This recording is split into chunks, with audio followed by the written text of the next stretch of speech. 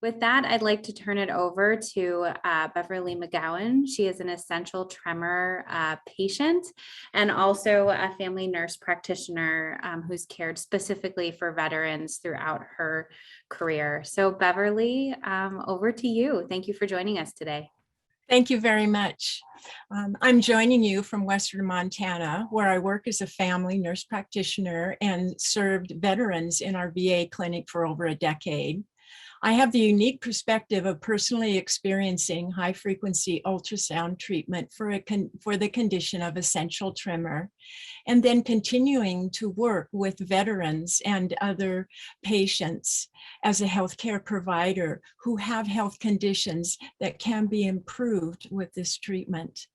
Many of you may know someone with tremors, either from Parkinson's or essential tremor. Essential tremor affects about 7 million people in the United States and usually affects the upper extremities, but also very commonly can affect the movement of the head and speech.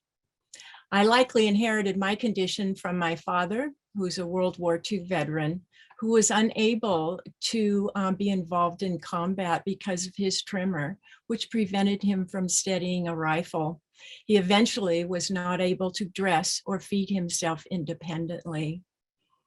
My symptoms started with an involuntary movement in my right index finger.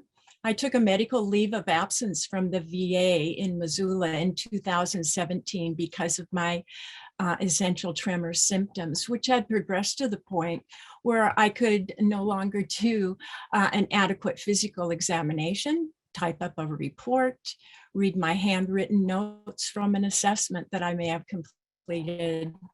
Outside my work, my symptoms became so severe that I could no longer enjoy my favorite hobby, doing photography. I quit dining out in public. I passed on family reunions and other social engagements. My medical leave of absence from the VA turned into retirement in about 90 days later. As I searched for answers for managing my symptoms, I knew that the current pharmacological and surgical options were for my condition from treating essential tremor in my practice. But I was looking for new technologies that were available and would provide better outcomes with fewer risks. I eventually came across some research from Stanford about using an MR machine to guide high-frequency ultrasound waves into the thalamus gland deep inside the brain. And this sounded very promising. I had found my answer. Now I'd like to move forward about 14 months to early fall in 2018. I had returned to work as an independent contractor, nurse practitioner, and was in my first week of conducting health assessments on patients and veterans in their homes. Just 8 short weeks earlier, I had been at Stanford in an MR machine, having high-frequency ultrasound painlessly resolving my tremor. I was calling on a veteran in his 70s in his home here in Western Montana. And as I sat at his dining room table, I was enjoying the beautiful pieces of artwork around his home, pen and ink drawings, oil colors, acrylics, and most impressed with some beautiful bronze sculptures that were very lovely, nicely placed around the room.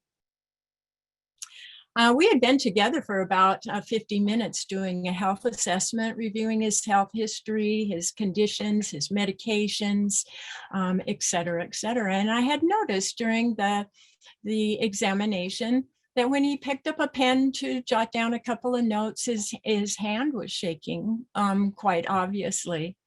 And when he spoke, at times his head would bob involuntarily, and there was a little bit of a tremor in his voice. But it was interesting to me that he didn't bring up these symptoms or mention anything about a tremor going through his health history. So I asked him about his tremor symptoms, and he said that he had been diagnosed with essential tremor about 10 years earlier and had tried some medications that did not show him much improvement. He did not want to take medications long-term, especially if they really weren't giving him any benefit, and was not comfortable with the risks and reported outcomes of surgical options. He had become accustomed to not even bringing up the condition of essential tremor when he talked to his healthcare providers, because he was pretty well firm in the idea that there was nothing else that was available for him. At that point, I stopped my assessment and asked him if I could share something personal with him, and he agreed. And I looked at him and I said these words: I have essential tremor also. And was just treated 2 months ago in an MR machine that resolved my tremor. He kind of laughed at me and he says, you know, I sat here with you for 45, 50 minutes, Beverly. And he says, and I've watched you type on your iPad and your computer and take notes, handwritten notes. And he said, lady, I can tell you, you do not have the same condition I do. And I said, well, I'd like to show you something. So I pulled out my cell phone and showed him this short video. This is me attempting to take my vitamins in the morning.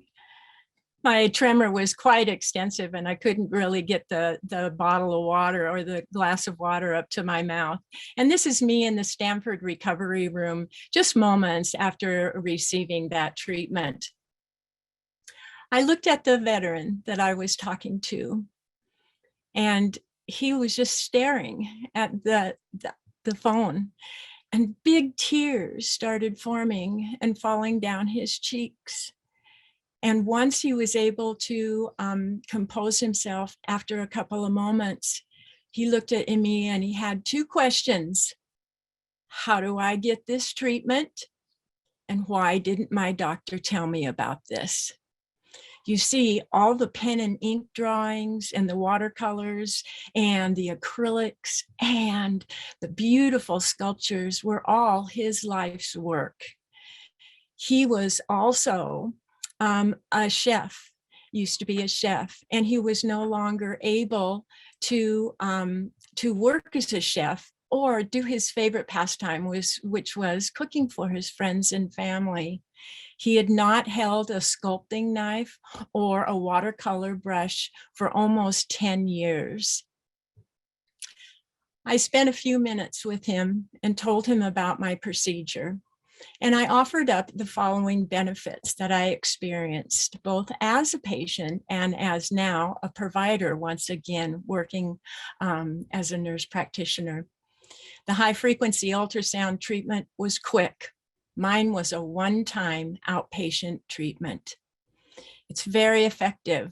Essential tremor symptoms are shown to improve between 70 and 95% in 50 to 70% of the individuals who have this procedure. The effects are long-lasting. My improvement in tremor was 98% at the time of the procedure and is holding at 96% improvement now, 4 years later. And the low risk of the side effects and quicker recovery time that is inherent in surgical procedures. The side effects of my procedure were a little bit of gait imbalance and some foggy thinking. These symptoms resolved dramatically within 2 weeks after the procedure and virtually were gone within 3 months. Nowadays, when I speak with patients who have a diagnosis for the condition, have symptoms, or know a friend or family member who has symptoms, I show my little video and share my story. I do this on airplanes, in restaurants, sitting in my primary care physician's office waiting room, and tears of joy continue to flow. I have made appointments with neurologists and neurosurgeons and radiologists in my area to go see them on my time to share this exciting therapy option. A longer version of my before and after video is posted on Stanford's neuroscience website, and I continue to receive emails and phone calls and share my story with people from all over the world. I am here with you today to impress upon you the value of this technology in changing people's lives from being virtually disabled to becoming once again vibrant, productive citizens. Education is needed for both medical providers and patients. Because I'm a healthcare provider, I was motivated to search beyond the current medical options. Most individuals are not motivated in this way and rely on their providers to offer them solutions for their healthcare needs. Medicare has now improved reimbursement for ultrasound therapies in all 50 states for essential tremor. However, the reimbursement path is woefully slow and cumbersome, taking over a year in some places for patients to realize the reimbursement. In 2017, my funding for I did crowdfunding for my treatment at Stanford because my Medicare coverage and my federal Blue Cross Blue Shield insurance company at that time did not cover this procedure. Our veterans need access to this care. The VA facilities and clinics need the funding for the equipment and trained staff to administer these therapies. In 2017, there were only 4 facilities in the US who offered the treatment. So I had to travel over 1,000 miles from Montana to Stanford to receive my care. Most patients are not able to manage these expenses. I will continue to tell my story to my colleagues and patients whenever possible. And I want to end my tale from now on with the good news that the treatment is available for them in their area. I want to thank you for your time today. Focused ultrasound is a leading edge and exciting technology. It works, it's cost effective, it changes people's lives. Thank you, and I wish you good health.